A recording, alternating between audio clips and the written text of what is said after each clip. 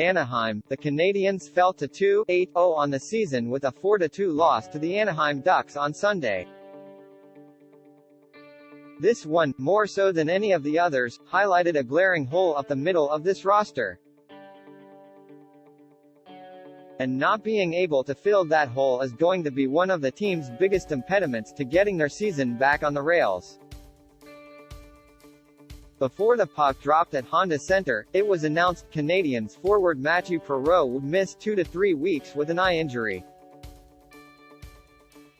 We reported during first intermission that Perreault would only be re-evaluated in 14 days and that he underwent laser surgery to fix a detached retina suffered due to lattice retinal degeneration, a condition he's had since birth but was unaware of until the damage done caused him to experience blurred and double vision. He was lucky one of the best eye specialists in the world was in Los Angeles, said a team source regarding the procedure Perreault was able to get following Saturday's 5-2 loss for the Canadiens to the Kings. The Canadiens were unlucky not to have him against the Ducks, and that only reinforced how much things have changed at the center position for this team since they went to the Stanley Cup final last summer. Perreault may have started his career as a center back in 2009, but he hadn't played the position regularly in over 4 years before being forced into it by the Canadiens a handful of games into their season. The center position was a strength for this team before the departure of Phillip Danault in August created a hole that was widened by the Carolina Hurricanes poaching Jesperi Kotkaniemi via offer sheet. It's undoubtedly a weakness now, even with the acquisition of Christian Dvorak made soon after Danault and Kotkaniemi left.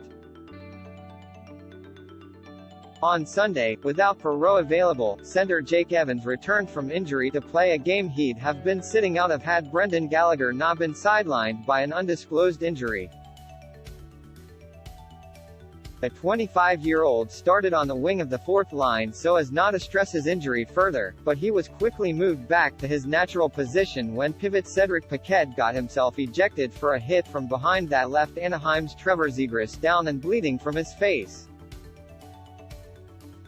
Evans scored his first goal of the season and had a positive impact on the game, but this was but a small step forward for him after a slow start and 4 games missed. Adam Brooks, who took Perreault's place on the third and appeared in just his second game since the Canadiens claimed him on waivers just prior to the start of the season, was barely trusted to help make any tangible difference against the Ducks. He played 10-13, won only 1 of 6 face-offs and was roughly 170 feet away from his own net when Troy Terry scored the winning goal for Anaheim in the third. Ryan Getzlaff, one of the best centers of his generation, set the play for Terry and, with the assist, passed Teemu Selanne to become the Ducks' highest-scoring player of all time. He was a player the Canadiens hoped to acquire at last year's trade deadline and one they'd have considered signing in free agency had he not solely been interested in returning to Anaheim. The 989-point man or Eric Stahl, who was instrumental in Montreal's playoff run, are the type of players the Canadiens would love to lean on to alleviate some of the pressure on Nick Suzuki right now. Danault helped the young center on the ice, and not having him around to do some of the heavy lifting is ratcheting it up. Suzuki, who's only 22 years old and recently signed an 8-year, $63 million deal that will only kick in next fall, is feeling it. He has been since the start of the season, and it's pressure that's only risen with the Canadiens dropping games and missing key players. I always put a lot of pressure on myself to contribute everywhere, Suzuki said. Throughout my whole career, I've always wanted to be a good go-to person. But today, I wasn't really doing much, to be honest, probably one of my worst games. Pretty disappointed in how I played, especially with some of the centers out. I've got to play better. He's pushing hard to make a difference and admittedly cheating at times to generate offense after only producing 5 points in 10 games, and it's not going to get easier for him. It won't be easy for Evans, or even for Dvorak, who may have over 300 games of experience but is still only 25.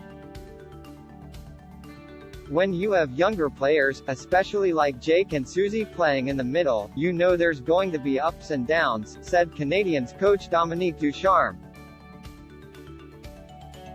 He talked about the desire to insulate them from certain matchups at times, but that isn't really an option on the table with the lack of depth the Canadiens have at the position.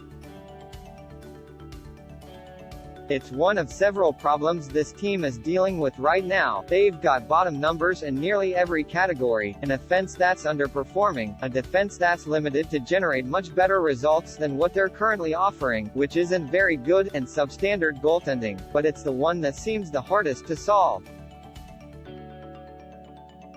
It's going to make reversing their worst 10-game start to a season since 1941 a near impossible task.